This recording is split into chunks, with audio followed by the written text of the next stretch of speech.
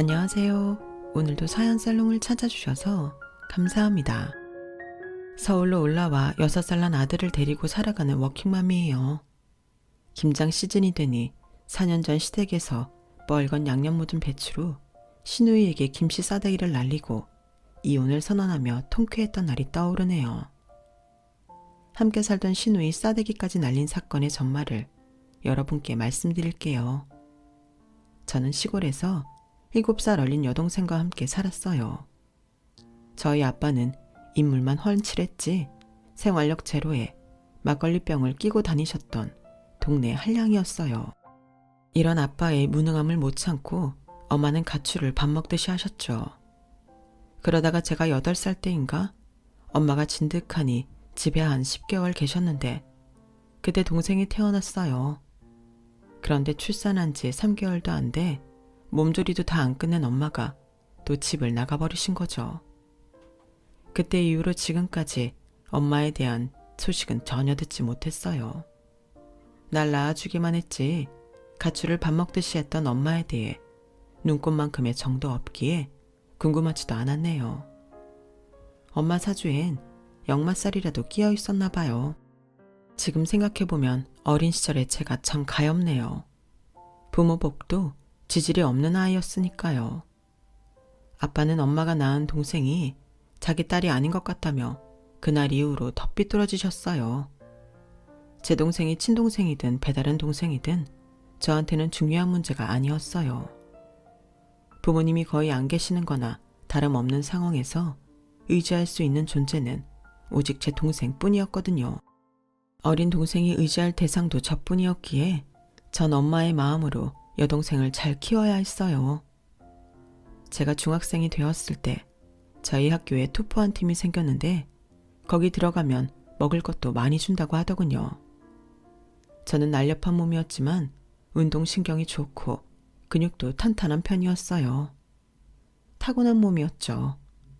전 투포환이 정확히 뭔지도 잘 모르고 체력 테스트 통과 후 바로 투포환 선수로 훈련받았습니다.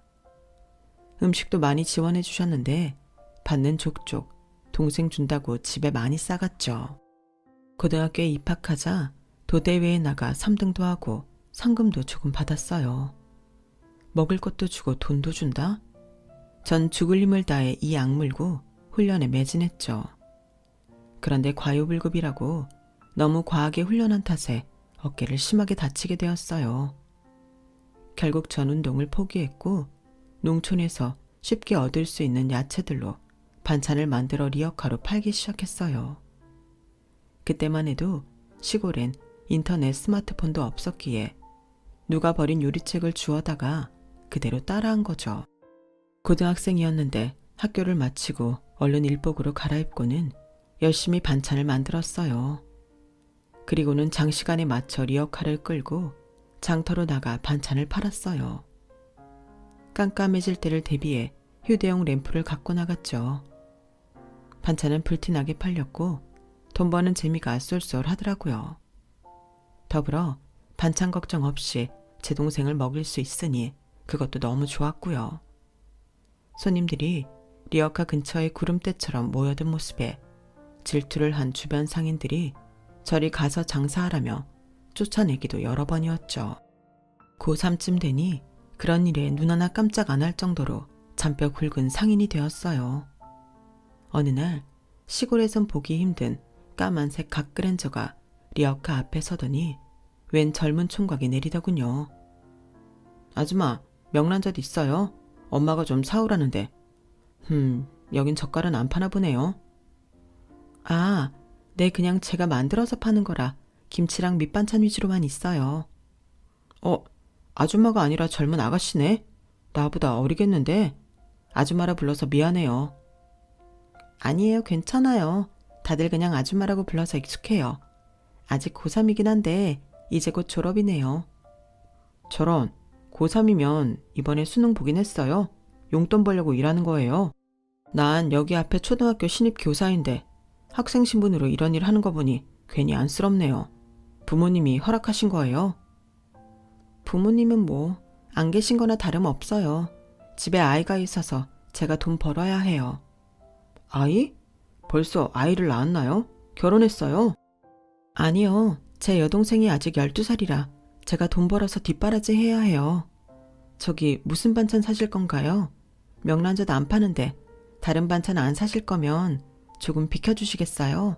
다른 손님도 받아야 해서요. 전 초등학교 교사라는 그 남자 손님이 마치 제 신상을 캐려고 추궁하는 것 같이 느껴져 불쾌했어요. 저희는 젓갈도 안 파는 집이니 얼른 가주기만을 바랬죠.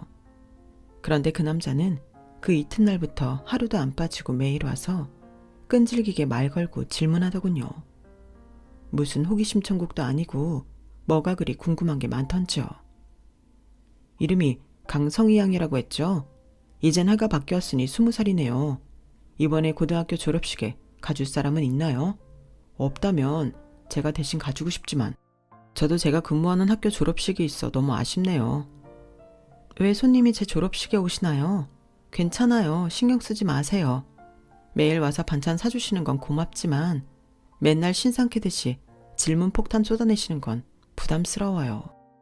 아, 부담스러웠다면 미안해요. 이제 곧 고등학교 졸업하고 성인 되는 사람이니 이제 얘기할게요. 꼭 반찬뿐 아니라 여기 오는 목적은 성희 씨 보러 오는 거예요.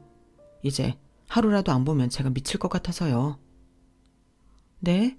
대체 무슨 말씀이신진 잘 모르겠지만 절 여자로 생각하신단 뭐 그런 말씀이신가요?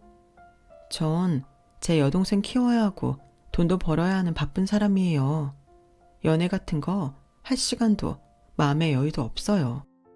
잘 알아요. 저 혹시 이 지역에서 제일 큰 웨딩홀 아세요? 하얀색 궁전 모양의 결혼식장 말이에요. 네, 이 지역에서 거기 모르면 간첩이죠. 근데 그 웨딩홀이 왜요? 거기 저희 집안에서 운영하는 거예요. 저희 아버지가 잘 읽어놓으셨는데 재작년에 뇌졸중으로 돌아가셨고 지금은 엄마가 경영하고 계시죠. 저희 집 부자예요. 이런 말 속물처럼 들릴지 모르겠지만 현실적인 얘기를 하는 거예요. 성희 씨랑 성희 씨 동생 충분히 먹여 살릴 수 있다고요. 저도 교사라 나중에 죽을 때까지 교사 연금도 나오고요. 전 아무 말도 할 수 없었어요. 시베리아의 벌판에 선 듯이 차짓한 겨울에도 손발에 동상 걸리면서까지 노점에서 반찬을 팔아야 했으니까요. 그렇게 고달픈 생활을 접게 해주겠다는데 안 넘어갈 사람이 몇이나 있었을까요? 인물도 좋고 집안도 부자라 하고 안정적인 직업까지 뭐 하나 빠지지 않는 그 남자의 구애를 당연히 받아들일 수밖에 없었죠. 전 그때까지 벌어놓은 돈으로 조그만 가게 한 칸에 들어가 장사할 수 있게 되었어요. 더 이상 춥고 더운 야외에서 장사하지 않아도 되었죠. 단 몇 평 되는 가게였지만 눈, 비 막아주는 그곳이 더없이 따뜻하고 아늑하게 느껴졌습니다. 남친은 본인이 용돈을 주겠다며 반찬 장사를 그만하라 했어요. 하지만 장사가 워낙 잘 되기도 했었고 제 여동생 뒷바라지는 제가 스스로 하고 싶어서 계속 자개를 꾸려나갔죠. 이제 고등학교를 졸업하고 어엿한 성인이 되어 풀타임으로 장사를 할 수 있다는 사실도 너무 좋았어요. 그날도 일찌감치 문을 열어 재료 준비를 하고 있었는데 전화 한 통이 걸려왔어요. 여보세요? 강성희 씨? 강준모 씨 따님 되시죠? 여기 경찰서인데요. 얼른 병원 영안실로 가보셔야 할 것 같습니다. 어젯밤에 강준모 씨가 술에 취해 다방 앞에서 자다가 저체온증으로 사망하셨어요. 자세한 병원 주소랑 연락처는 문자로 지금 드릴게요. 네? 저희 아빠가요? 지난 2주간 연락이 안 되셨는데 갑자기 돌아가셨다고요? 네, 알겠습니다. 지금 바로 가볼게요. 아빠가 말 그대로 객사하셨지만 전 그리 놀라지도 않았어요. 어쩌면 당연한 일이었을지도 모르겠네요. 평생을 동네 항량으로 이 집 저 집 다니며 공짜로 술 얻어먹고 술 안 주면 행패 부리고 그랬으니까요. 그래도 아빠가 돌아가셨으니 장례식은 치러 드려야겠다는 마음에 조촐하게 병원에서 장례를 치렀죠. 제 여동생과 전 눈물 한 방울 안 흘리고 조용히 있었어요. 딱히 찾아오는 조문객도 별로 없었고요. 그런데 남친은 마치 자기 아버지 돌아가신 것 마냥 슬프게 울기도 하고 장례식 처음부터 끝까지 다 알아서 해주더군요. 몇 년 전에 본인 아빠 장례식을 치러 봤다면서요. 저에겐 큰 감동이었어요. 그리고 장례를 마치고 집에 돌아오는 길에 저에게 청혼을 했어요. 이제 내가 성희 곁에 평생 있어줄게. 든든한 버팀목이 되어줄 테니 나랑 결혼하자. 나만 믿고 따라오면 돼. 너만 오케이 하면 우리 가족한테도 곧바로 말하려고. 나 결혼한다고. 누군가에게 의지할 수 있다는 말 자체가 정말 따뜻하게 느껴졌어요. 그렇다고 독립적인 제 성격에 전업주부로 살 생각은 아니었지만 그냥 남친의 말만으로도 감사했어요. 그의 프로포즈에 전 당연히 예스했고 남친은 바로 엄마의 여동생한테 자기 결혼을 알린다며 신나하더군요. 그런데 프로포즈가 있은 지 일주일 동안 그의 연락은 뜸했어요. 무슨 일이 생겼나 걱정되는 맘에 연락을 먼저 해봤죠. 모혁 씨, 무슨 일 있어요? 가족들에게 결혼 얘기 꺼냈다더니 그 후로 연락이 없어서 내가 먼저 해봤어요. 혹시 가족들이 반대하던가요? 아, 그게 말이야. 좀 곤란한 상황이 생겼어. 반대하시는 정도가 아니라 아예 집 밖을 못 나가게 하시네. 엄마가 경영하시는 웨딩홀 사업이나 물려받으라면서 초등학교 교사도 때려치라고 하시고 말이야. 참, 난감해. 직장까지 때려치우라고 하실 정도면 나랑 결혼하는 것에 대해 반대가 엄청 심하시군요. 이 일을 어쩌지? 나도 예상은 했어요. 집안 차이도 많이 나고 내 조건도 뭐 최악이고 하니. 무슨 최악이야. 그 정도는 아니지. 성희가 얼마나 열심히 성실하게 사는 사람이야. 우리 엄마가 사업을 하시다 보니 더더욱 돈돈 하시는 경향이 있어서 돈 많은 집딸을 며느리로 원하시는 것 같아. 하지만 이대로 물러설 순 없지. 나만 믿고 따라와. 난 이 결혼 무조건 성공시킬 테니까. 남친 어머니 성격이 엄청 드세대고 말로만 들었지만 추진력이 엄청나더군요. 본인의 뜻대로 진짜 남친 교사라는 직업을 때려치게 만들고 당장 웨딩홀 실장으로 앉혔어요. 남친을 철저히 본인의 감시하에 둔 거죠. 전 그 후로 남친을 거의 볼 수 없었고 전화로만 통화하는 기간이 지속되었어요. 그러다가 아주 오랜만에 남친을 만나 데이트하게 되었어요. 분위기 좋은 레스토랑도 가고 술도 마시고 한참을 잘 놀았죠. 근데 미행하는 사람을 둔 건지 어쩐지 남친 어머니가 전화를 해서는 당장 집에 들어오라는 불호령이 떨어지더군요. 우린 기약 없는 만남을 약속하고는 헤어졌어요. 몇 달 후 아침, 가게 오픈을 준비하고 있는데 웬 아줌마가 씩씩거리며 들어오더군요. 어머 손님, 아직 반찬 준비가 안 됐는데 혹시 뭐 필요하신가요? 뭐가 필요하냐고? 지금 심정으론 내 손에 도끼 하나 들려 있었으면 좋겠다. 여기다 부셔버리게. 네? 그게 무슨 말씀이세요? 당신 누구야? 누군데 아직 오픈도 안 한 가게에 와서 아침부터 행패야. 나 김무혁이 엄마 되는 사람이다. 이 지방에서 이 숙자 모르면 간첩인데 너 나 모르냐? 아님 간첩이냐? 어머 어머님 처음 뵙겠습니다. 근데 여긴 어쩐 일로 오신 거죠? 무혁 씨한테 연락 못 받았는데요. 미리 말씀이라도 하고 오시지 그러셨어요. 그럼 내가 여기 깽판 부리러 온다고 미리 아들한테 언질이라도 했어야 한다는 거냐? 이런 가난뱅이 같은 게 너 우리 집안이 어떤 집안인지 알고 감히 더러운 발을 들이밀어? 가난뱅이라뇨. 초면에 말씀이 심하시네요. 이 반찬 가게도 어느 누구의 도움 없이 제가 여기까지 꾸려온 거예요. 그동안 미친 듯이 열심히 살았습니다. 그렇게 욕하실 거면 나가주세요. 네가 정녕 우리 집안을 망치려 드는 게냐? 그 전에 내가 이 가게를 다 망쳐주지. 남친 엄마는 들고 있던 우산으로 가게 여기저기를 부시기 시작했어요. 유리도 깨지고 식기며 야채들도 다 바닥에 뒹굴었죠. 전 남친 엄마고 뭐고 눈이 뒤집혔습니다. 리어카에서부터 시작해서 한 푼 두 푼 돈 모아 마련한 내 소중한 가게인데 여길 다 부셔놔? 전 남친 엄마고 뭐고 눈이 돌아버리더군요. 이 아줌마야, 당신 미쳤어? 당장 그만두지 못해? 거기 딱 기다려. 내가 경찰서에 연락해버리라니까. 연락해라 연락해. 경찰 오면 내가 너 꽃뱀으로 신고해버릴 거니까. 어디 누가 얘기나 한번 해보자고. 유전무죄, 무전유죄도 모르냐? 돈으로 다 해결되는 세상에 니까 거 하나도 안 무섭다. 경찰에 전화하려던 찰나 뒤에서 남친이 헐레벌떡 뛰어들어오더군요. 처참한 가게 현장을 보고는 일단 경찰에 신고하려던 제 손을 잡더군요. 미안해 성희야. 정말 미안해. 이거 내가 하루 만에 다 복구해줄게. 우리 엄마가 이렇게 깽판 부린 건 용서해줘. 너무 흥분하셔서 그래. 일단 나중에 연락할게. 성희야, 다시 한번 미안해. 야, 뭐가 미안하냐 이 썩을 놈아. 잘난 우리 아들이 이런 가난뱅이하고 결혼할 급이냐고 글쎄. 아, 내 속이야.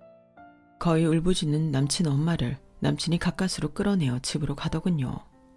시모될 사람이 저렇게까지 날 싫어하는데 뭔 결혼이냐 싶어 저도 남친과의 만남을 끝내야겠다고 생각했죠.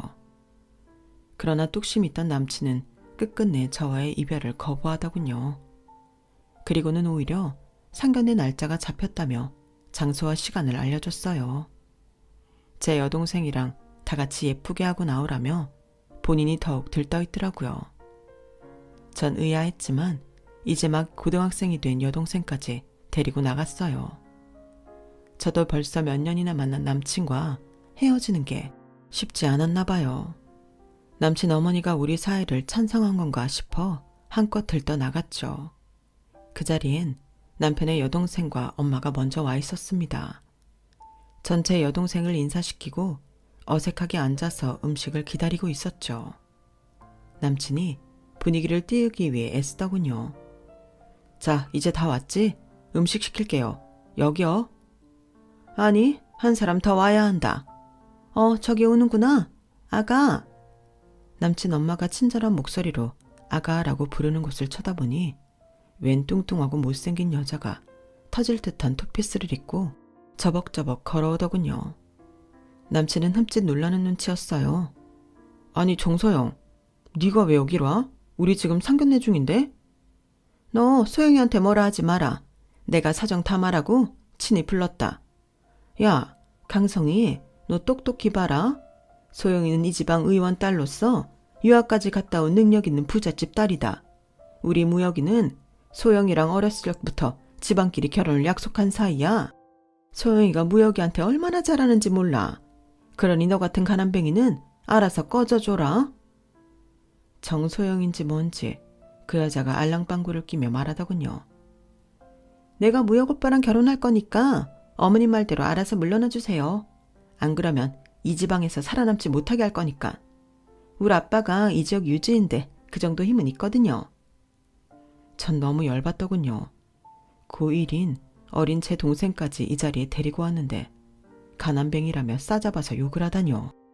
분노에 차서 앞에 있던 물이 가득한 컵을 들고 정소영 남친 엄마, 남친 여동생 이 3명의 여자에게 촥 뿌려버렸어요. 지금 내 동생까지 데리고 나온 자리에서 날 농락하는 거예요? 겨우 이런 걸 보여주려고 날 부른 거냐고.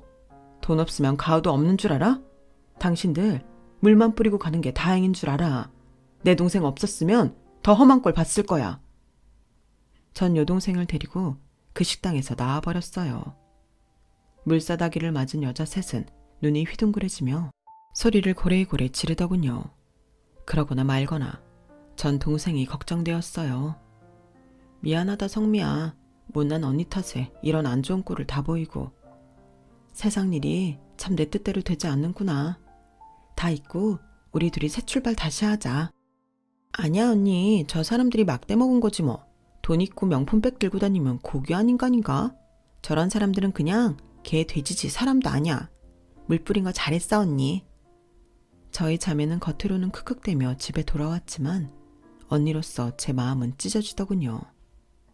내가 가난한 부모를 선택해서 이 세상에 나온 것도 아닌데 참으로 서러웠습니다. 그런데 이 무슨 운명의 장난인지 그 다음날 어김없이 반찬을 팔고 있는데 하혈혈하는 게 아니겠어요?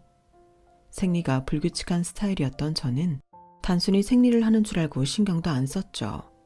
그런데 계속 아랫배도 콕콕 쑤시고 몸이 좋지 않아 일단 산부인과에 가보았어요. 축하드립니다. 임신 3개월이에요. 그런데 피도 비치고 태아가 불안정하니 좀 쉬셔야겠어요. 뭐라고요 선생님? 임신이라고요? 확실한 건가요? 아주 확실한 임신이었어요. 생리를 하는지 하혈인지도 모를 만큼 쉴 틈 없이 일하며 살아왔기에 임신일 줄은 꿈에도 몰랐죠. 일단 연락을 안 하고 있던 남친에게 전화를 걸었습니다. 나 임신 3개월이래. 아마 우리 오랜만에 만난 그때 임신됐나 봐. 괜히 분위기 좋은 레스토랑 가고 술 마시고 그랬어. 정말? 다행이다. 난 너에 대한 끈을 놓지 않고 있었어. 그리고 그 정소영이라는 여자애는 잊어버려. 걘 집안끼리 그냥 알고 지내는 애야. 내가 그렇게 땅 딸 만한 못난이랑 결혼할 것 같아? 아무리 집안이 좋으면 뭐해? 유학 갔다 와서 영어 한마디 못하는 바보라고 걘. 그러거나 말거나 어머님께서 날 그리도 싫어하시고 상견례 자리에서 온갖 깽판을 다 부렸는데 결혼을 허락하시겠어? 이제 그만 단념해. 이 아이는 나 혼자 낳아서 키울 거야. 무슨 소리야. 당장 혼인신고할 거니까 잠깐 가게 문 닫고 나와. 전 아빠 없는 아이의 삶을 누구보다 잘 알기에 남친의 혼인신고 제안을 강하게 뿌리치지 못하겠더라고요. 에라 모르겠다 하는 맘에 혼인신고서에 도장을 찍고 그의 아내가 되었습니다. 그 길로 시댁으로 같이 향했어요. 아직 잉크도 안 마른 혼인신고서를 들고 말이죠. 남친도 큰 결심이나 한 듯 이번엔 강경한 자세로 어머니에게 맞서더군요. 엄마, 성희가 내 아이를 가졌고요. 방금 혼인신고까지 마쳤어요. 더 이상 물러날 곳은 없으니 우리 결혼할게요. 월세방이라도 얻어서 신혼살림 시작하겠다고요. 뭐? 지금 장난해? 얘가 나한테 물 뿌린 거 옆에서 봤으면서도 이렇게 우악스러운 애랑 결혼을 하겠다고? 그 얘기가 진짜 네 얘기인지 확실해? 시장바닥에서 굴러먹던 남자 아기인지 알게 뭐야? 어머님, 이제 그런 막말은 그만하세요. 뱃속에 제 아기가 듣겠어요. 먹고 살길 바빠서 하루 종일 일만 하는 저한테 다른 남자가 있다고요? 말도 안 되는 말씀 그만하시라고요. 좋아. 그럼 너희 결혼하면 이 집에 들어와서 살아라. 시집살이의 매운맛을 한번 봐야 교양이 좀 채워지겠구나.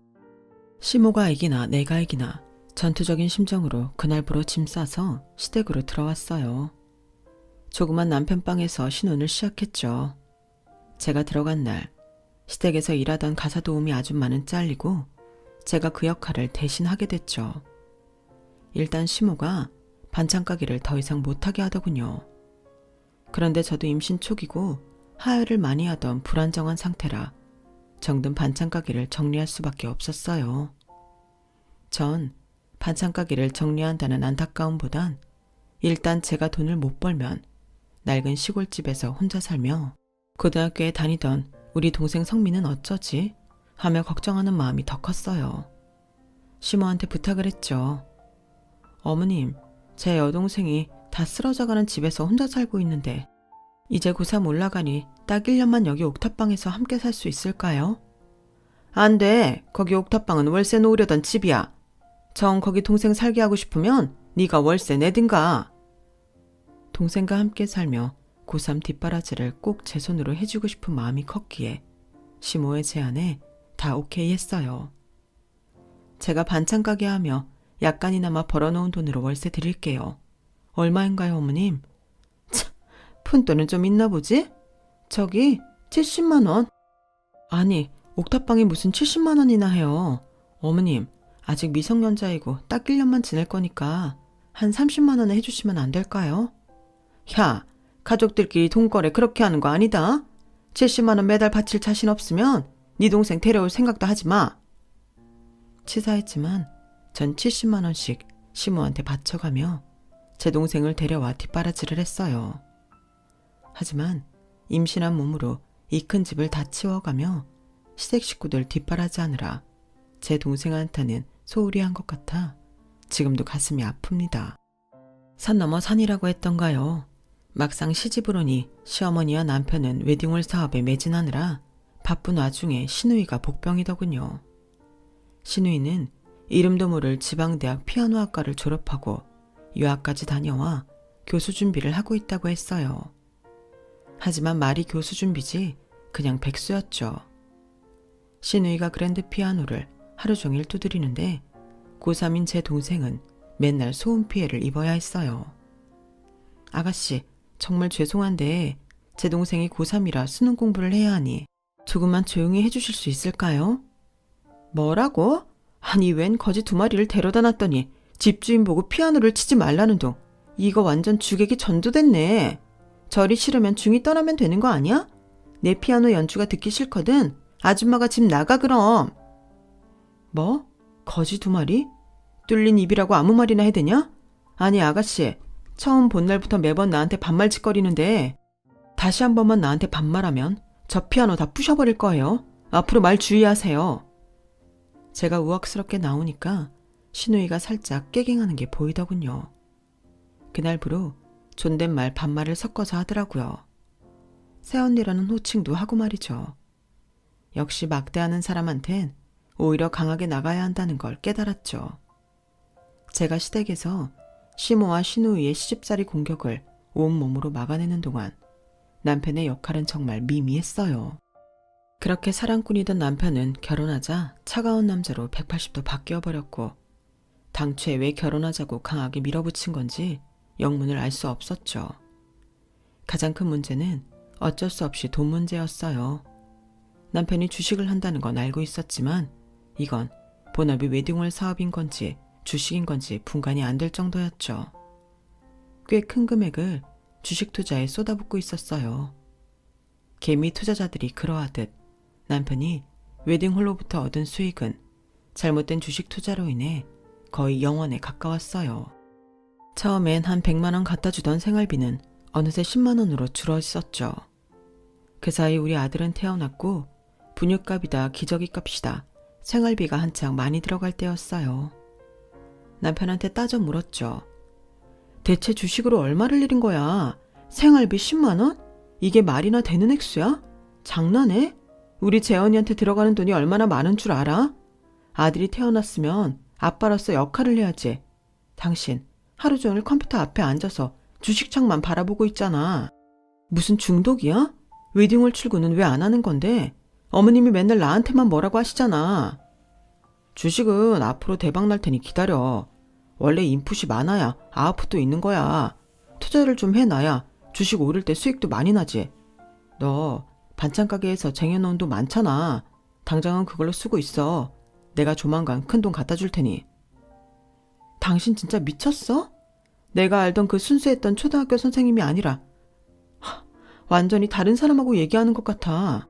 정신 좀 차려. 완전 주식 중독이네 이 사람. 남편은 정말 중독처럼 주식에 빠져들었고 시모는 아들이 이렇게 된 탓을 맨날 저한테 했죠. 구박은 하면서도 저한테 돈을 주진 않더군요.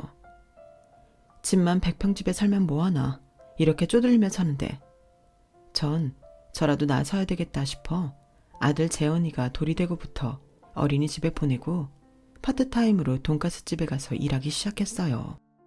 이 대궐 같은 집에선 노예처럼 청소하고 밥을 해야 했고 나가서 돈은 돈대로 벌어야 했고 오히려 결혼 전보다 더욱 지옥 같은 나날이 계속되었어요. 그 와중에 백수이던 신우이는 결벽증에 가까운 깔끔증이라서 맨날 잔소리 폭탄하기 일쑤더군요. 새언니, 내 그랜드 피아노에 먼지 쌓인 것 좀 봐. 대체 이게 뭐야? 전에 팥줄부 쓸 때는 전혀 이런 일이 없었는데 새언니가 살림 맞고부턴 집안이 아주 개판이네. 어디서부터 교육시켜야 돼 이거? 아가씨, 제 청소 스타일이 마음에 안 드시면 본인이 직접 하세요. 아가씨 백수잖아요. 하는 일도 없으면서 왜 맨날 저만 잡돌이 하는 거예요? 피아노 먼지 정도는 직접 닦으시라고요. 이렇게 핏대세워 발언했지만 결국 공허한 외침이었죠. 이 모든 살림은 다 제 몫이었으니까요. 이런 악조건 속에서도 제 동생은 서울 유명대학의 사범대에 합격해 역사 선생님의 꿈을 안고 홀로 상경했어요. 너무 대견스럽고 고마웠죠. 한편으론 여자 혼자 서울 생활을 한다는 것에 대해 걱정도 되었고요. 어느 날 고된 생활 탓에 까맣게 잊고 있던 제 여동생한테서 전화가 오더군요. 언니, 내가 요즘 코피도 자주 흘리고 한 번씩 픽픽 쓰러지곤 해서 병원에 가서 검사를 받아봐야 할 것 같아. 혹시 돈 좀 붙여줄 수 있을까? 뭐? 아니 성미야, 너 밥도 굶고 다니니? 왜 젊은 애가 코피가 나고 쓰러져? 서울에 큰 병원들 많으니까 얼른 검사 받아봐. 언니가 요즘 돈가스 집에서 파트타임으로 알바해서 돈 좀 있어. 당장 붙여줄게. 검사 비용이 얼마가 나올지 모르지만 일단 돈 50만 원을 붙여줬죠. 한 2주쯤 지났나? 동생이 무거운 목소리로 저에게 전화해 어렵게 말을 꺼내더군요. 언니, 너무 놀라지 말고 들어. 내가 급성 혈액암이래. 당장 입원해야 할 것 같다는데 보호자가 있어야 한대. 어떡하지? 나한텐 가족이라고는 언니뿐이어서. 급성 혈액암? 드라마에서 봤던 백혈병 말이야? 네가 왜 암이야? 그럴 리가 없어. 어떡하니 우리 성미? 어떡해. 살면서 그렇게 심장이 내려앉는 경험을 한 적이 없었어요. 지하 100m로 꺼지는 느낌이었죠. 어떻게든 내 동생을 살려야겠다는 마음밖에 없었어요. 남편한테 알리고는 짐을 싸기 시작했죠. 뭐? 처제가 혈액암이라고? 뭔 젊은 사람이 벌써 암이야. 나한테 아기를 맡기고 서울로 가겠다고? 나 기저귀 한 번도 갈아본 적 없는데 나한테 애를 맡기면 어떡해. 애 아빠가 참 자랑이다. 자식 기저귀 한 번을 안 갈아주고 맨날 주식창에만 혼이 빠져서는. 오늘부터 당장 똥기저귀 갈아봐 그럼. 나는 내 동생 살리러 병원에 한참 있어야 하니 우리 아들 잘 챙기라고. 우리 애기한테 미안했지만 지금은 죽어가는 제 동생 간병이 시급했기에 남편한테 다 맡기고 서울대학병원으로 갔어요. 급성 혈액암이고 더욱이 젊은 환자이다 보니 급속도로 안 좋아지더군요. 병원비는 너무 많이 나왔고 중간 정산을 한 번 했는데 이미 제가 갖고 간 돈은 다 떨어진 상태였죠. 남편한테 SOS를 쳤습니다. 남편은 도리어 제게 다짜고짜 화를 내더군요. 지금 지방에 있는 나한테 애까지 다 맡겨놓고 처제 병원비를 달라고? 지금 장난해? 간병 말고 얼른 와서 빨리 애 보라고. 애가 울고불고 똥 싸고 오줌 싸는 통에 내 주식 투자는 다 망했다고. 전 이대로 내려갈 수 없었어요. 독방 육아로 한참 화가 나 있는 남편한테 말이 안 통하니 아쉬운 대로 시모한테 전화를 걸었죠. 어머님, 저예요. 정말 죄송하지만 제 동생 이대로 죽게 내버려둘 순 없어요. 정말 불쌍한 아이예요. 어머님 돈 많으시잖아요. 제 동생 좀 살려주세요. 병원비가 턱없이 모자라요. 야, 네 새끼는 내 아들한테 내팽개쳐놓고 네 동생만 살면 다냐? 어차피 죽을 사람 그냥 우리 집 옥탑방으로 데리고 와라. 비싼 병원비 지불하지 말고 난 그 돈 못 준다. 어머님, 어차피 죽을 사람이냐뇨. 암이어도 잘만 치료받으면 살 수도 있잖아요. 무슨 말을 그렇게 하세요. 가족한테 베풀지도 않을 거 돈만 그렇게 지고 있으면 뭐 하나요. 제발 병원비 좀 보태주세요. 제발요. 야, 무슨 사돈이 가족이냐? 뭔 친척보다도 못한 사이지. 암튼 네 년이 괘씸해서 난 병원비 한 푼도 못 보태니까 그렇게 알고 전화 끊어라. 시댁에서 병원비를 타내는 건 불가능이 가까웠으므로 전 닥치는 대로 아는 지인들에게 전화를 걸어 사정을 말하고 돈을 구걸했어요. 다행히 병원비를 얼마 정도 마련할 수 있었고 항암 치료니 뭐니 할 수 있는 건 다 했죠. 하지만 제 노력에도 불구하고 제 동생은 너무 빠르게 하늘나라로 떠나버렸어요. 그래도 제가 옆에서 그 가정을 다 지켜봐 주었다는 것에 조금의 위로는 되더군요. 제 아버지가 객사하고 나서 치른 장례식보다도 더 조촐하게 장례식을 치러야 했어요. 고통스러운 마음을 추스르고 정신을 차리고는 남편과 시댁에 연락을 했죠. 나야, 성미 어젯밤에 하늘나라로 갔어. 장례를 치러야 하니 지금 차로 아기랑 같이 와줘. 어머님이랑 아가씨한테도 말씀 전하고 같이 와. 뭐? 이렇게 빨리 갔어? 엄청 안 좋긴 했나 보네. 그래, 암튼 엄마랑 동생한테 말해서 장례식에 같이 갈게.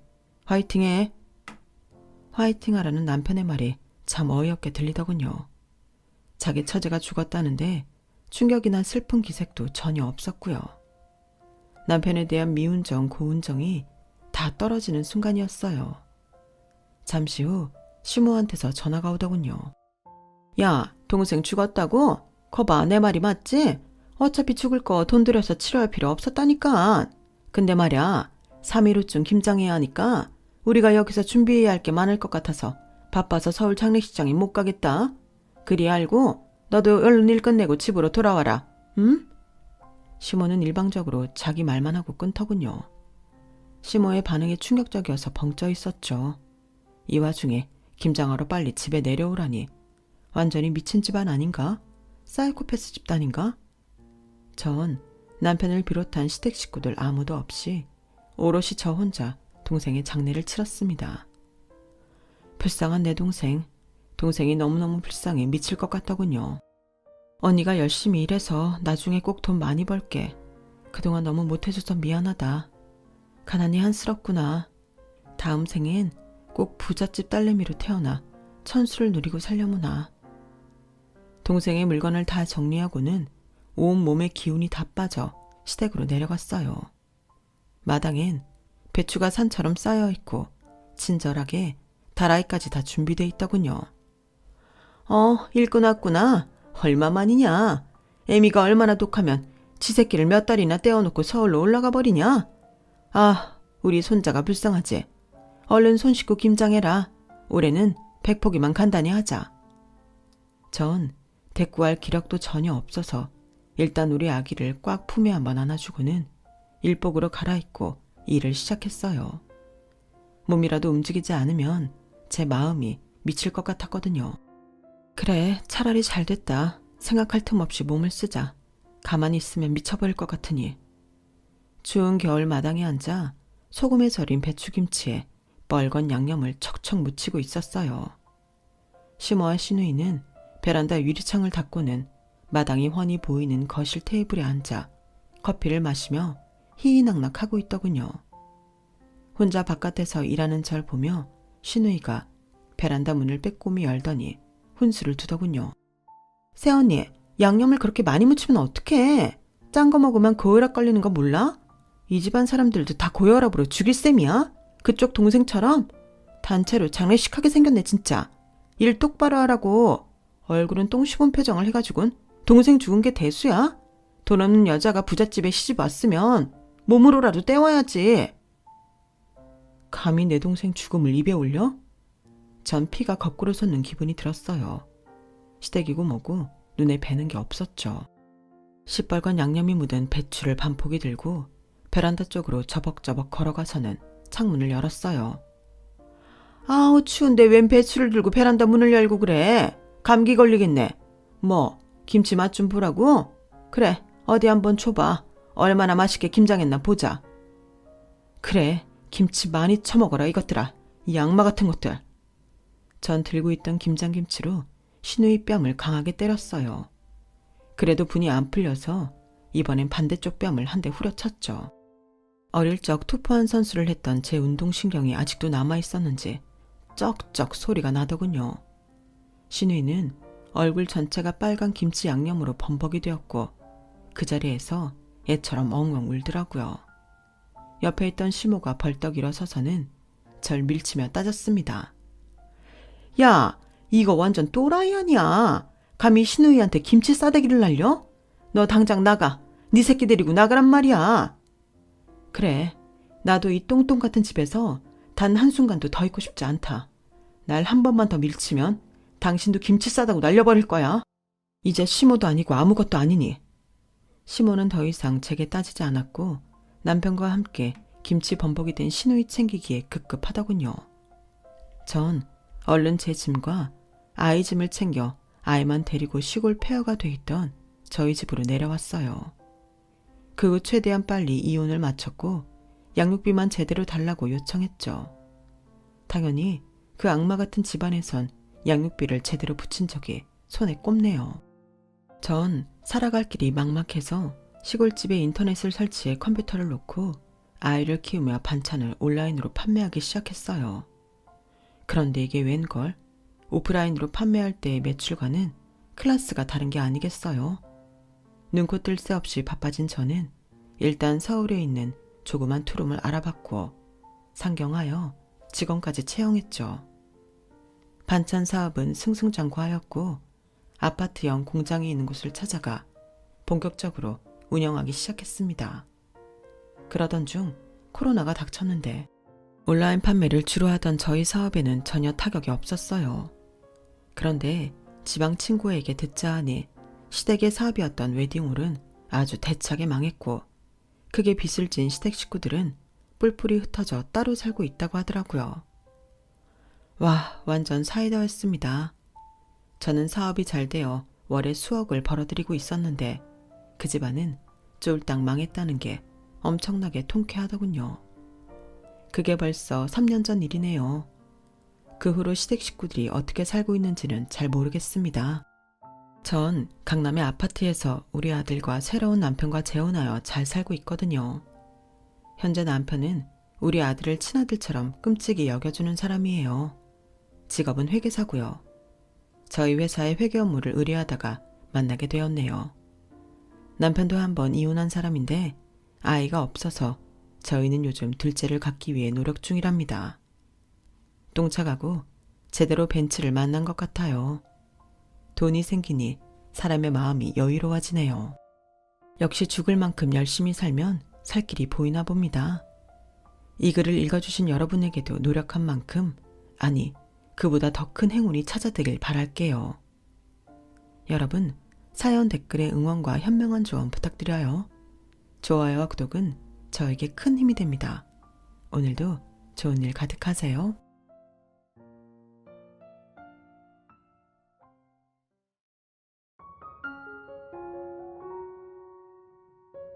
안녕하세요. 오늘도 사연 살롱을 찾아주셔서 감사합니다. 저는 서울에 살고 있는 30대 중반의 여성이에요.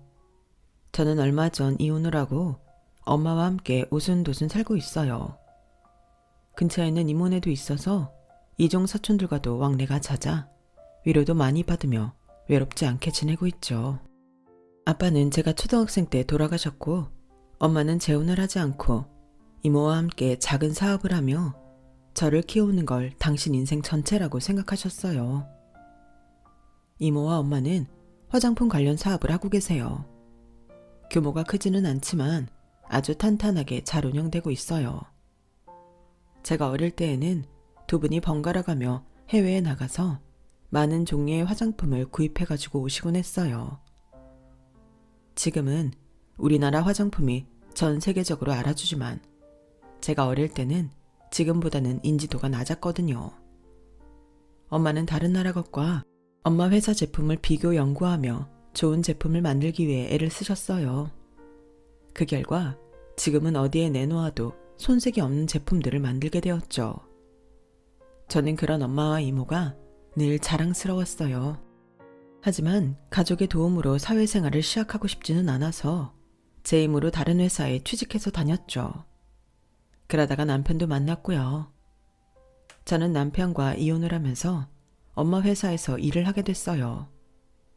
그 남편이라는 작자가 어땠냐 하면 두 분의 회사가 자기 앞으로 넘어온다며 거짓말하고 다녔거든요. 그러다가 걸려서 저와 완전히 갈라선 거고요. 남편 놈이 어떤 짓을 했는지 지금부터 이야기해 볼게요.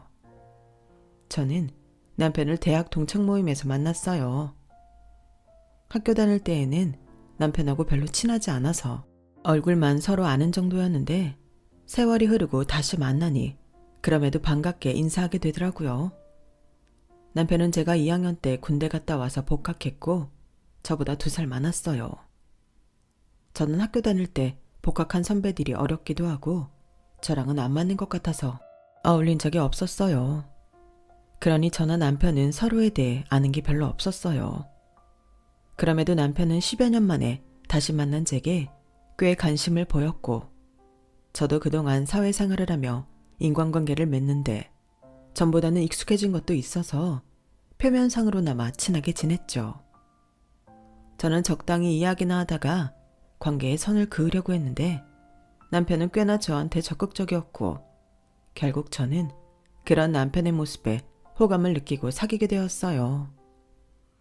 그때만 해도 저는 남편이 저와 여러 면에서 취향이 비슷한 줄 알았거든요.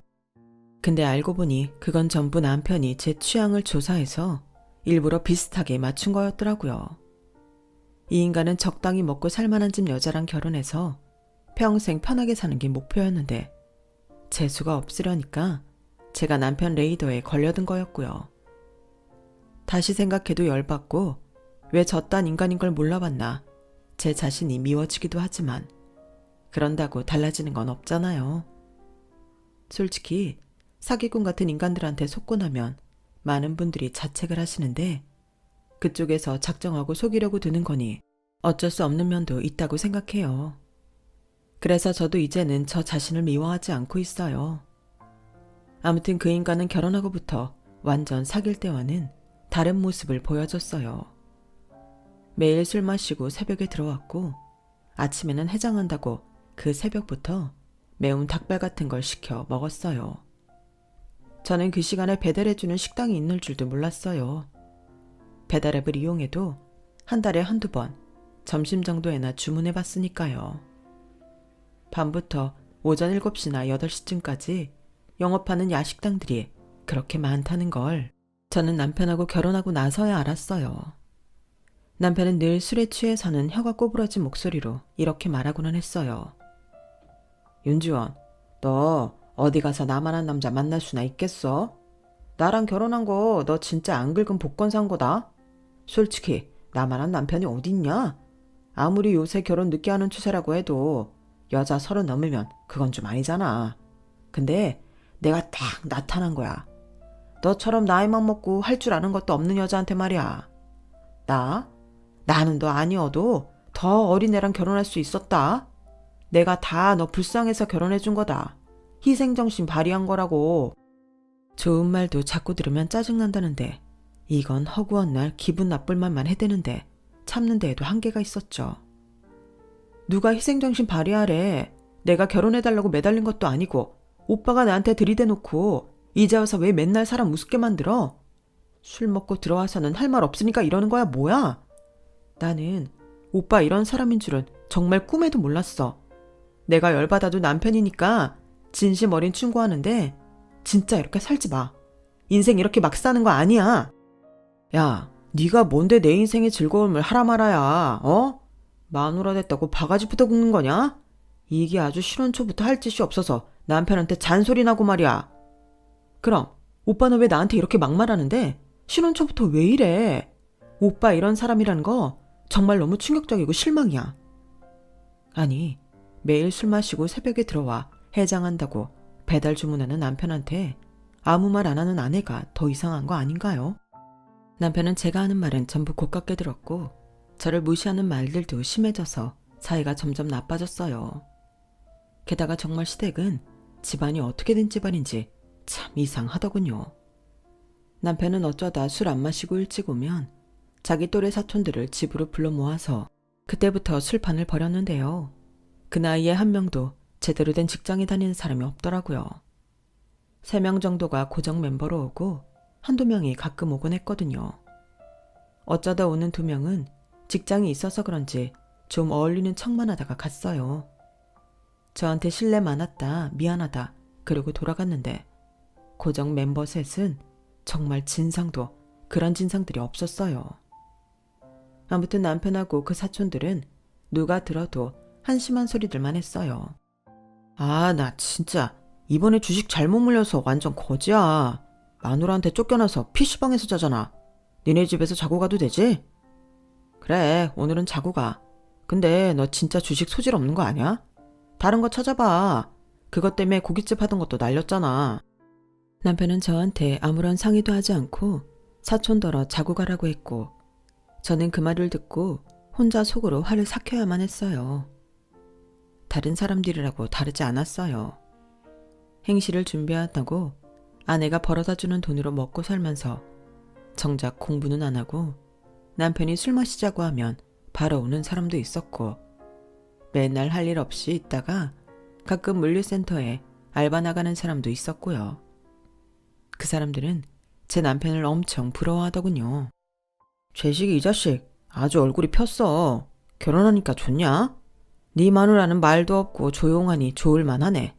우리 마누라는 말도 마라.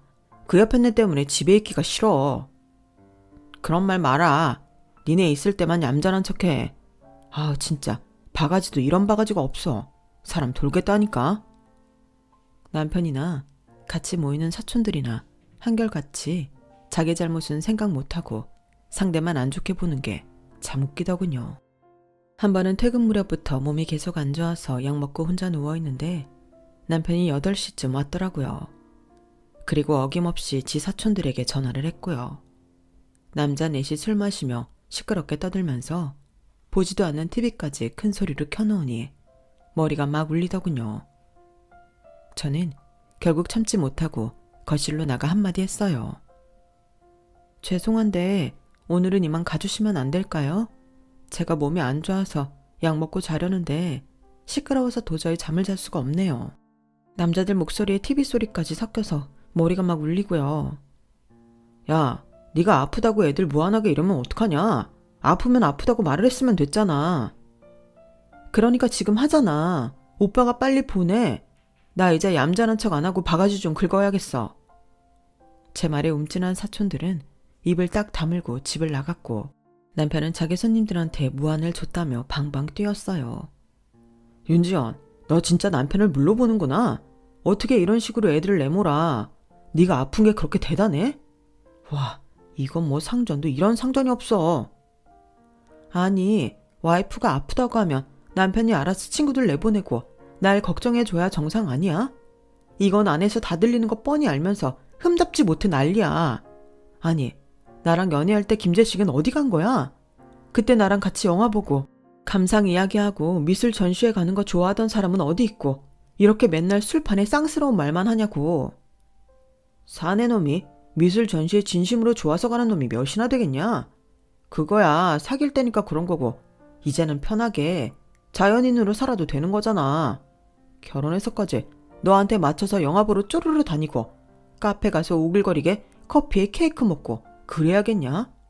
나는 이제 나답게 살고 싶다고. 그러니까 앞으로 내 사촌들한테 이래라 저래라 하지 마. 알았어? 쟤들은 나 어릴 때부터 영혼의 단짝들이라고. 와, 아내가 아프다는데도 자기 친한 사촌들 보냈다고 저런 말을 한다는 게 믿어지세요? 저는 너무 배신감을 느껴서 더 이상 아무 말도 생각나지 않았어요. 진짜 열받으면 머릿속이 하얘진다고 하잖아요. 그때 그런 걸 찐으로 느껴버린 거죠. 남편의 사촌들은 결혼식 때에나 봤지 그전에는 저한테 소개해주지도 않았어요. 영혼의 단짝이라고 그렇게 몰려다녔으면서 저를 만나는 동안 한 번도 보여주지 않았다는 건 남편도 제가 싫어할 걸 알고 그런 게 아니겠어요. 그런 걸 생각하니 나를 속였다는 게 분명해졌고 저의 화는 점차 분노로 바뀌었죠. 당장이라도 이혼하고 싶은 생각이 굴뚝 같았지만 결혼하고 얼마 되지도 않은 데다가 제가 이혼한다고 하면 엄마도 그렇고 이모 식구들도 얼마나 속상해할지 상상이 가서 쉽게 결정할 수는 없었어요.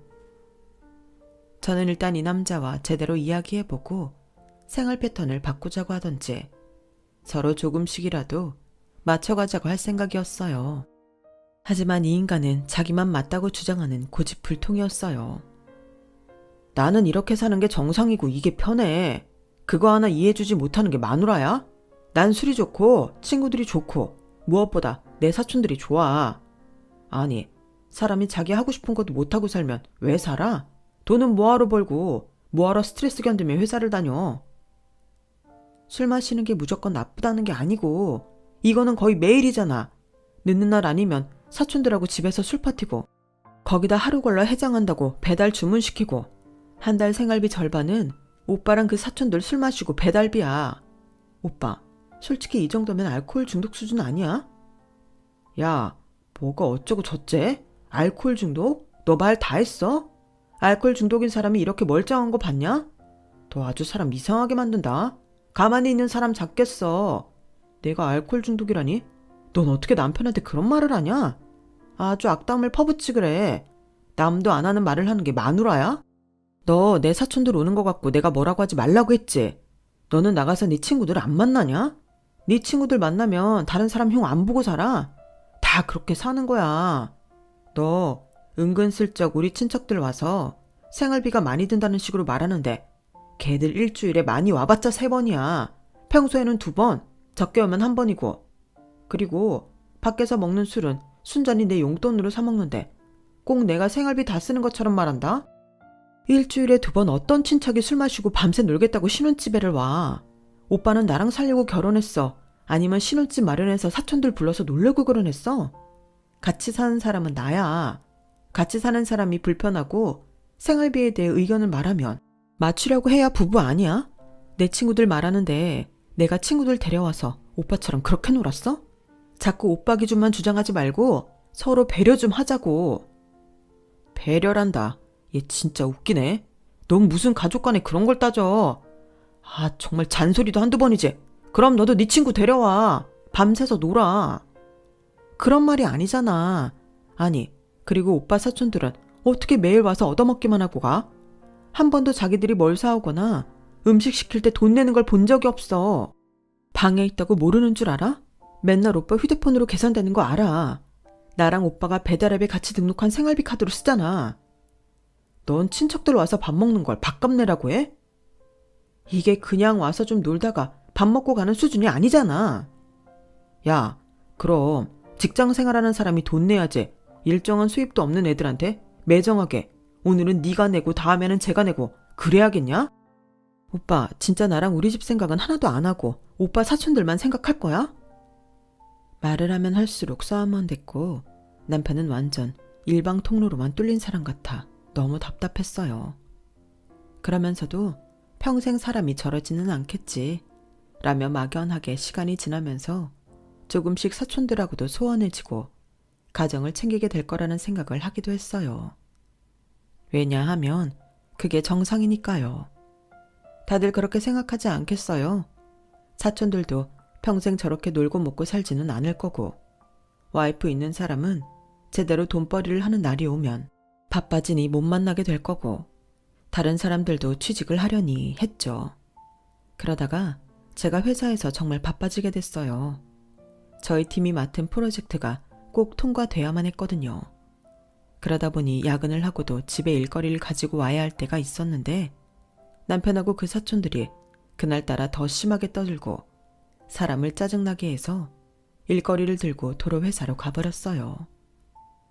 그 후로 저는 회사에서 밤을 새우는 한이 있어도 집에는 절대 일을 갖고 가지 않았어요. 차라리 그게 속 편하더라고요. 남편하고 사촌들 술 마시고 떠들고 말도 안 되는 소리나 하는 걸 듣는 것보다 100배 나았어요. 근데 아내한테 쫓겨나서 PC방 전전한다던 사촌이 아내 몰래 사채를 썼다가 갚지 못하고 걸려서 이혼이 코앞이라는 말을 들었어요. 저는 혹시 남편이 그 사람을 집에 들일까봐 걱정이 됐어요. 오빠, 그 남식이라는 사촌 이혼한다며? 그 사람 갈 데 없다고 막 집에 들이고 하면 안 돼? 그러자 남편은 안색을 싹 바꾸더니 저를 노려봤어요. 너 내 사촌은 뭐 시댁 식구로 치지도 않는다는 거냐? 어디서 이름을 함부로 불러? 그리고 그 사람? 와, 진짜 너 해도 해도 너무한다. 남식이 영식이 정식이 와도 너 제대로 인사 한 번을 안 하는 거 나 다 눈 감았는데 이제는 아주 무슨 거렁뱅이 취급을 하려고 드네? 와서 술 심부름 한 번 한 적 없으면서 뭐가 어쩌고 저째? 아니, 내가 왜 오빠랑 사촌들 술 먹는데 술 심부름을 해야 돼? 오빠는 오빠 와이프가 옆에서 술 심부름이나 하면 좋겠어?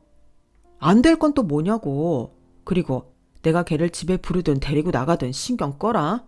내가 알아서 할 테니까 명령하지 말라고. 이런 말조차 명령이라며 저를 윽박지르기만 하니 저는 일상의 모든 게 스트레스가 됐고 불면증에 위궤양까지 생겨서 계속 고생이었어요. 거기에 시댁은 제가 아버지가 없이 엄마 밑에서 컸다고 걸핏하면 애비 없이 커서 뭘 모른다며 저를 무시했어요. 엄마가 속상할까봐 저는 그런 말을 한마디도 하지 않았지만 엄마와 이모가 명절이라고 시댁에 고급 한우 세트에 자연산 전복에 민어 세트를 보낸 걸 보니 속이 뒤집히더라고요. 이런 걸 줄만한 사람들이 아닌데 저 때문에 이렇게 고개를 숙이셔야 하나? 너무 속상했어요.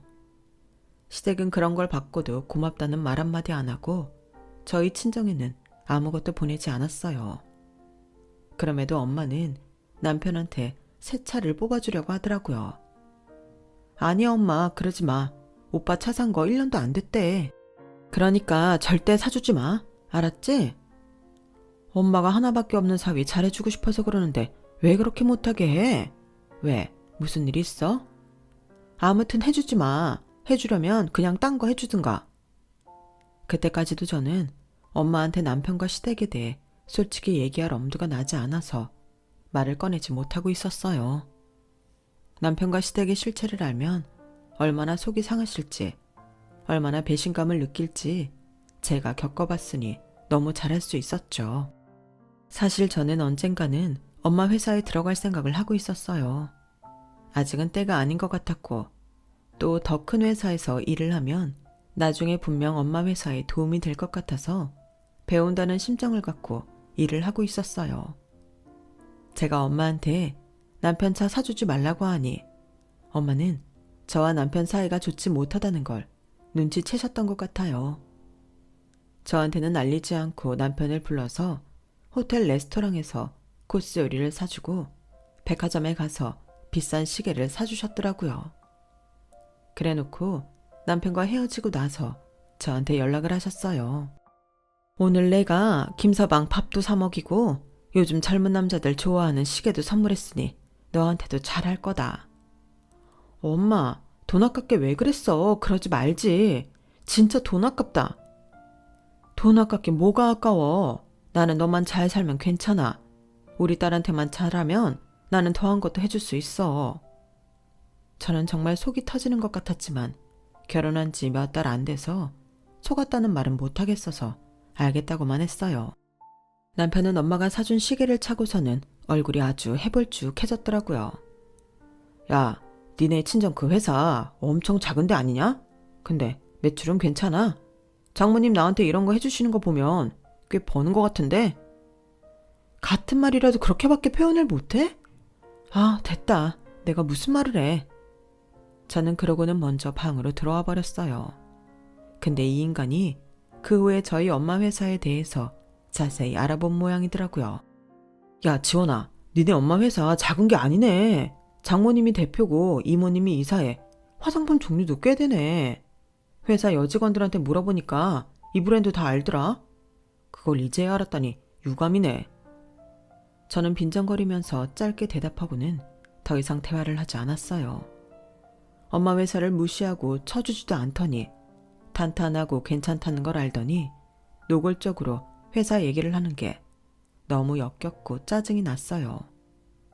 그런데 얼마 안 가서 남편이라는 놈이 어처구니 없는 짓을 하고 다닌다는 걸 알게 됐어요.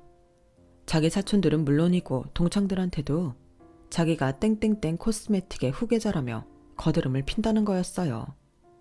심지어 명함까지 팠다네요. 저는 그걸 친한 동창한테 전해 들었는데 사촌들도 저를 보는 눈빛이 달라졌길래 슬쩍 떠보았죠. 아니 재수씨, 아니 형수님이라고 할까요? 나름 기업가 집안이었네. 아니 우리는 그저 그런 영세업체인 줄 알았지. 제식이 진짜 로또 맞았네. 갑자기 남편이 자기가 긁지 않는 복권이라고 표현했던 게 떠올랐어요.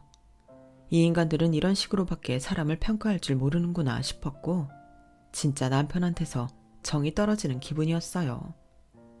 그런데 진짜 황당했던 건 그날 밤에 남편이 처음 보는 외제차를 끌고 집에 온 거였어요. 새 차를 뽑은 거죠. 그것도 저희 생활비 카드로요. 이게 지금 뭐 하는 짓이야? 차를 뽑아? 지금 타는 차도 1년밖에 안 됐다며. 그리고 왜 이렇게 비싼 차를 그것도 생활비 카드로 뽑아? 지원아, 나는 네 이름으로 된 카드로 생활비 카드 하자고 할 때 끽해야 몇백의 한도인 줄 알았는데 이게 웬일이니? 아, 모자라는 건 통장에서 인출해서 직접 지불했어. 그러니까 이번 달 생활비 쓸 거는 내 카드로 해. 카드 줄게. 와, 진짜 미쳤구나. 당장 물리고 와. 아니면 나 가만히 안 있어. 그러자 남편은 정색을 하며 절대 안 된다는 거였어요. 야, 내가 이래봬도 땡땡땡 코스메틱 후계자인데 어떻게 다른 월급쟁이들하고 같은 차를 끌고 다니라고 해. 사람은 자기 위치에 걸맞게 살아야 되는 거야. 그런 거 보면 너도 참 너다. 니네 친정 그렇게 돈 있는데 왜 이렇게 하고 다니는 거야. 그러니까 나도 착각해서 널 구멍가게 딸 취급했잖아. 누가 무슨 후계자라는 거야. 오빠가? 오빠가 우리 엄마 회사 후계자라고? 와, 진짜 떡 줄 사람 생각도 안 하는데 김칫국부터 마신다더니 기가 막혀서 말이 안 나오네. 웃기지 마. 그 회사에 이미 우리 이종사촌 오빠도 있어. 그런데 오빠처럼 화장품에 대해 하나도 모르는 사람이 어떻게 그 일을 한다고 해? 나 네 남편이잖아. 남편이면 웬만한 이사 자리는 줘야지. 너도 그 회사 들어갈 거 다 알아. 그래서 지금도 대기업 홍보팀에서 홍보 배우고 있다는 것도 안다고. 아무튼 나는 땡땡땡 코스메틱 후계자에 어울리게 하고 다닐 거니까 그런 줄 알아.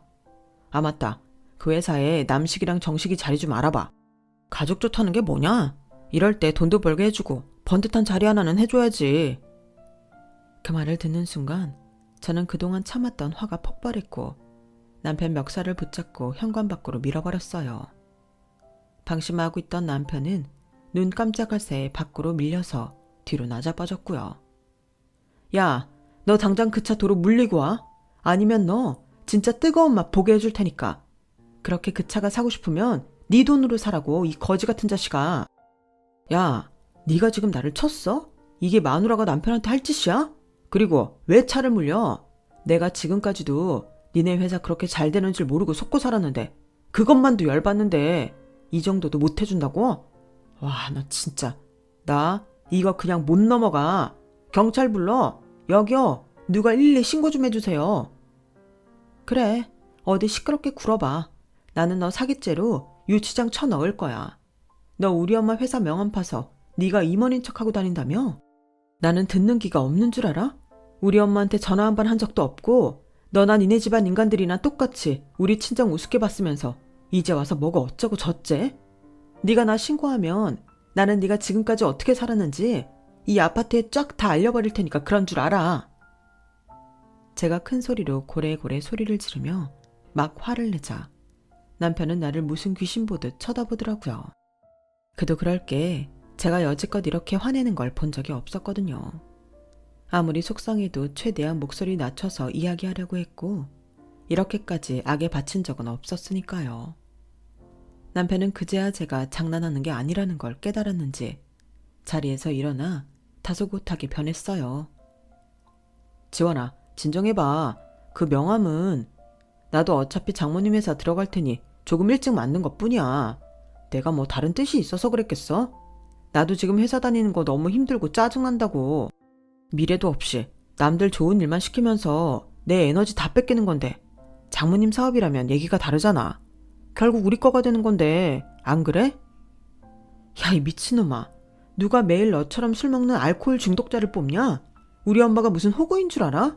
이모는 뭐 이사라는 직책 장식으로 달고 있는 줄 알고 화장품 사업에 화도 모르는 게 어디서 남의 사업 우습게 보고 망치려 들어. 망치다니, 그건 아니지.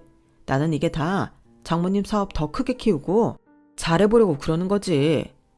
야, 생활비 털어서 외제차 사고 가짜 명함 뿌리고 다니는 게 잘하는 거야? 자꾸 그것만 갖고 걸고 넘어지지 말고 내 사회 경력을 보라고. 나 그동안 회사 다닌 거 있잖아. 너 회사 얘기하니 나도 한마디 할게.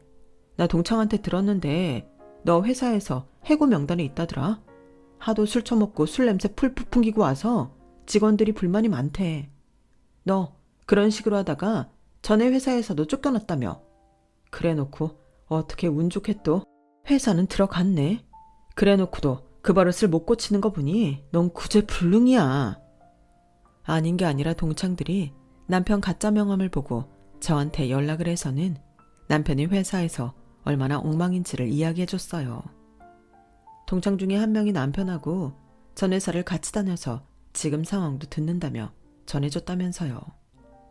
그리고 제가 몰라서 결혼하고 사는 것 같다고 웬만하면 알려야 되지 않겠냐고 걱정했다더군요.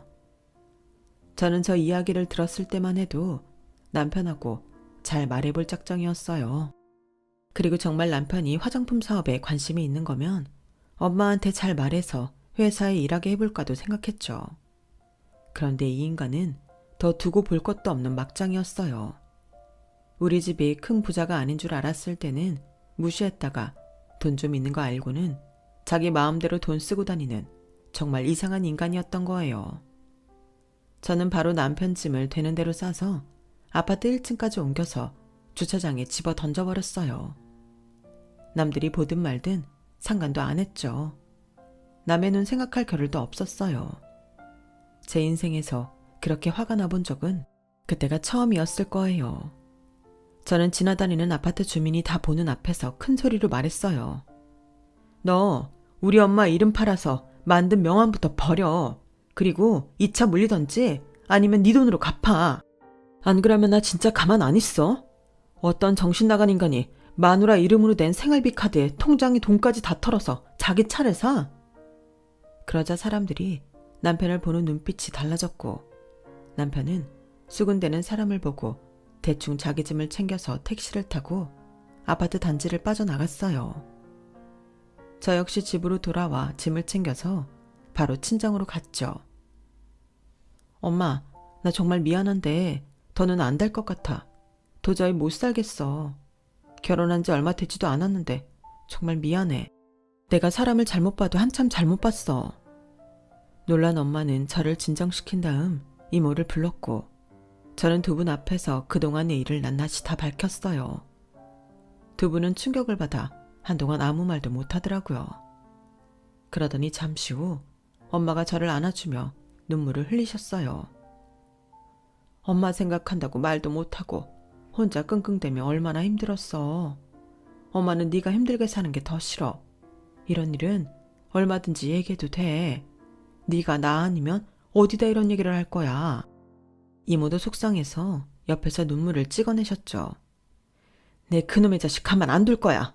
우리 승우 불러다가 혼쭐을 내줄 테니까 그리 알아. 두 분은 저한테 고생 많이 했다며 위로를 해주셨고 저는 바로 다음날 변호사를 선임해서 이혼 준비를 시작했어요. 얼마 후 남편에게 이혼 소장을 보내자 남편은 그제야 저한테 전화를 해서 난리를 치더라고요. 이혼이라니 그냥 해본 말인 줄 알았더니 이런 걸 진짜 저지르면 어떡해? 나는 너 기분 풀리면 돌아오려니 하고 있었지. 근데 갑자기 이런 걸 보내서 사람을 놀래키면 어떡해?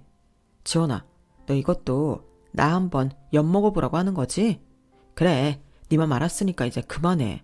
네가 그 나이에 얼마 살지도 않고 이혼하면 인생 뭐가 되겠냐? 고양이 쥐 생각해주고 자빠졌네. 내 인생은 내가 알아서 잘 살 거니까 네 걱정이나 해. 그러고 전화를 끊자 이 인간은 쉴 새 없이 문자를 보냈어요. 이혼은 안 된다는 둥, 다시 생각해보라는 둥, 앞으로 잘해보자는 둥, 씨알도 안 먹힌 말들이었어요. 너란 인간 여태까지 한 게 있는데 네가 무슨 말을 한들 그 말을 믿겠니? 너는 그냥 딱 네 수준에 맞는 사촌들하고 맨날 술이나 퍼먹고 살아. 나보다도 네 사촌들 먼저 챙기던 놈이 너야. 나 진짜 니네 기분 나쁜 집안 식구들 다시는 만나고 싶지 않아. 니네 엄마 아빠도 우리 집 우습게 알고 나 얼마나 무시했는데 너는 그래도 잘 살아보려고 했던 나의 진심을 무시했고 동창들 중에서도 너 어떤 인간인지 알만한 사람은 이제 다 알아. 네가 전에 다니던 회사에서 어땠는지 다 알려줬거든. 그러니까 앞으로 너 동창에 발도 못 붙일걸?